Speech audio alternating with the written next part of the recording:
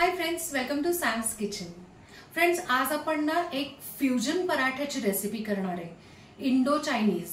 आता तुम्हाला आश्चर्य वाटेल की इंडो चायनीज पराठा कसा असेल।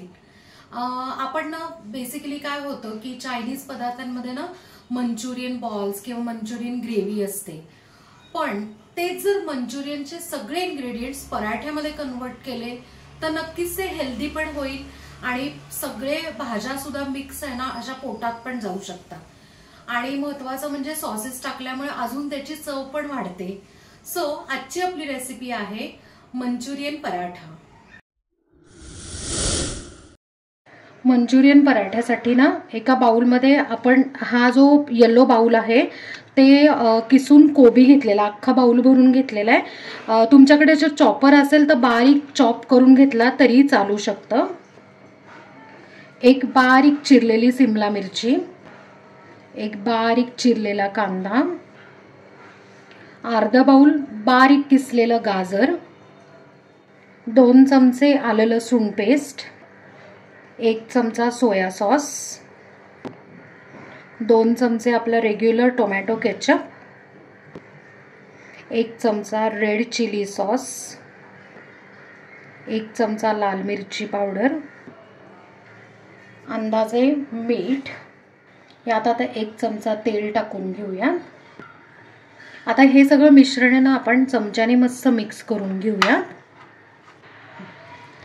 हे आपण आता छानपैकी मिक्स करून घेतलेलं आहे। ह्याच्यातनं तिखट तुमच्या आवडीप्रमाणे, आता लहान मुलांना देणार असेल तर तुम्ही त्या पद्धतीने कमी जास्त तिखट करू शकता। आता यात ना आपण पीठ घालायचे। पहिलं आहे 3 ते 4 चमचे आपण नाचणीचं पीठ टाकणार आहोत, अर्धा बाउल डाळीचं पीठ। आता मी एवढा मोठा बाउल आहे ना गव्हाचं पीठ घेतलेलं आहे, त्यातलं आपण आधी थोडं टाकून घेऊया। आता आपण हे ना मिक्सचर म्हणजे पीठ भिजवायला चालू करू आपण। आणि आपल्याला ना जर लागलं गव्हाचं पीठ तर आपण त्या पद्धतीने 1-1 चमचा ऍड करून छानपैकी आपण घट्ट ह्याचं पीठ भिजवून घेणार आहे। सैल किंवा मध्यम भिजवायचं नाहीये, घट्ट ह्याच्यासाठी भिजवायचं आहे की भाज्यांना थोडं पाणी सुटतं, त्यातल्या त्यात तर कांद्याला पाणी सुटतं आणि मग ते पीठ हे ना सैल होतं, म्हणून आपण भिजवतानाच घट्ट भिजवून घेणार आहोत। पीठ मी मस्तपैकी ना घट्ट भिजवून घेतलंय। आता त्याच्यावर ना आपण 1 चमचा तेल टाकून घेऊयात आणि ग्रीस करून घेऊयात। तेल सगळीकडे आपण ग्रीस करून घेतलेलं आहे आणि आता आपण ह्याच्यावर ना 5 मिनिटं झाकण ठेवून आहे ना मस्त मुरू देऊया ती कणिक। 5 मिनिटांनंतर आपण पराठे लाटायला घेऊयात। जास्त वेळ जर आपण यांना झाकून ठेवलं तर त्याला पाणी सुटतं, म्हणजे कणिक काय होतं की लूज पडते। कारण ह्याचं असं आहे की ह्याच्यात आपण यांना बारीक चिरलेला कांदा टाकलाय, कांद्याला पाणी सुटतं मग सैल होतं। तर आता आपण 5 मिनिटं झाकून घेऊयात। 5 मिनिटं झालेली आहेत। आता आपण ना परत एकदा मळून घेऊया। मळून घेतल्यावर ना ह्यातला एक आपण गोळा काढून घेऊयात पराठ्यासाठी। आपण हा जो गोळा आहे ना तो कणकेमध्ये आपण असा छानपैकी बुडवून घेऊ, म्हणजे सगळीकडे याला कणिक लागली पाहिजे। आणि छानपैकी आता लाटायला चालू करूया। आपण छानपैकी पराठा लाटून घेतलेला आहे। भाज्या असल्यामुळे ना त्याला असा शेप येतो। आता आपण यांना भाजून घेऊया। तवा गरम झालेला आहे, आपण आता पराठा टाकून घेऊया। आपण गॅसची फ्लेम आहे ना मीडियम ठेवलेली आहे। 1 मिनिट झाला ना की लगेच यांना पराठा उलटून घ्यायचा आहे। आता आपण ह्याला या साईडला थोडंसं तेल आपण असं ग्रीस करून घेऊ सगळीकडनं, म्हणजे भाजायला एकदम छान असा खुसखुशीत भाजला जातो। आता आपण पराठा उलटून घेऊया।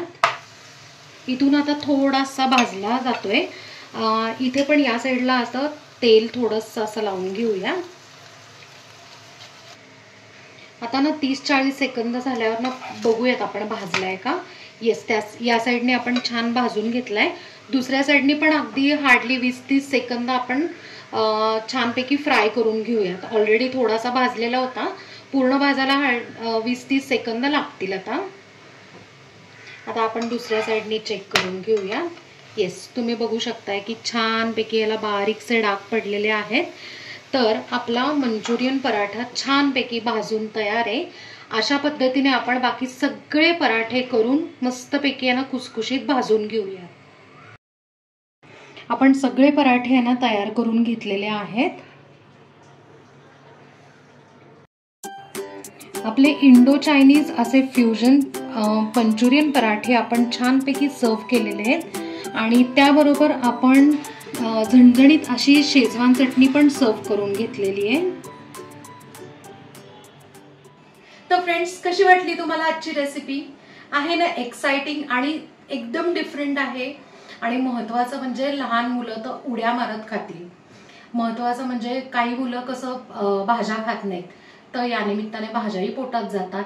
आणि हा पराठा आहे ना तुम्ही टिफिन मध्ये सुद्धा देऊ शकता। रात्री थोडीशी पूर्वतयारी केली, भाज्या कट करून ठेवणं किंवा मग अगदी कणिक भिजवून ठेवली तरी चालेल। जरी सैल सकाळी पडली तरी यांना थोडीशी कणिक परत आपली कोरडं पीठ जे आहे ते टाकून मळून लगेच पराठे लाटले की पराठे तयार 5-10 मिनिटात। सो तुम्ही नक्की करून बघा आणि मला कमेंटमध्ये सांगा।